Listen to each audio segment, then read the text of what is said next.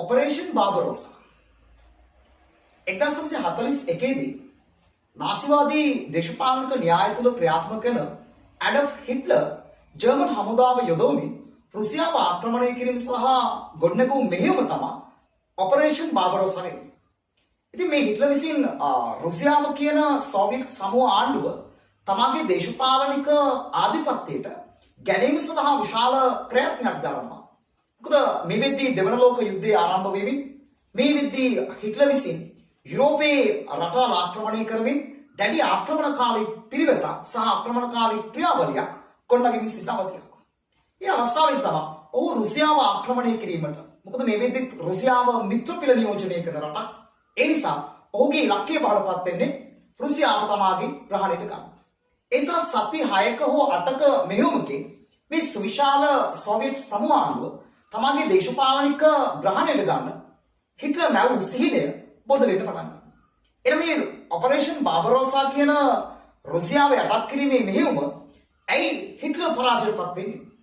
මොකද ගොඩබිම් සටන් තුල දැඩි ආධිපත්‍යයක් ගොඩනැගු හිට්ලර් පරාජයටපත් වෙන ඒ හිට්ලර්ගේ අවසානය තීරණය කරන ඉරණම් බවටපත් උනේ හිට්ලර්ගේ රුසියන් ආක්‍රමණය.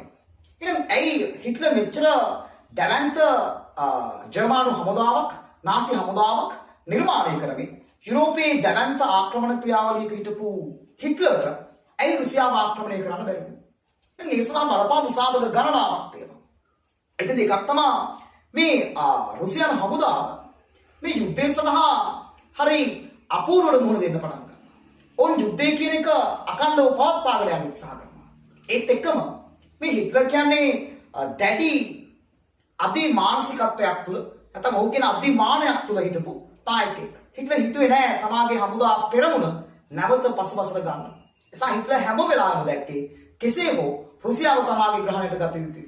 එසා සමහර ලෝකයේ වර්තමානයේත් අපි දකිනවා නේ සමහර පාලකයෝ අති මානයකින් කටයුතු කරනවා. මම හිතන්නේ ඔවුන්ට හිට්ලර්ගේ ඉරම අපිය හැකිය නේ. එසා දැන් මේ අතිමානය තවත් තේන් ගත්තොත් එහෙම මේ රුසියාව තුළ ඇති වෙන කාලගුණික වෙනස් වීම. මොකද 1941 දී ඔපරේෂන් බාර්බාරෝසා ආරම්භ කරනකොටදී මේක රුසියාව ඇතුළට ගමන් කරද්දී රුසියාව ඇතුළේ කාලගුණික වෙනස් වීම, විශේෂයෙන්ම මේ ශීත ඍතුව පැමිණීම.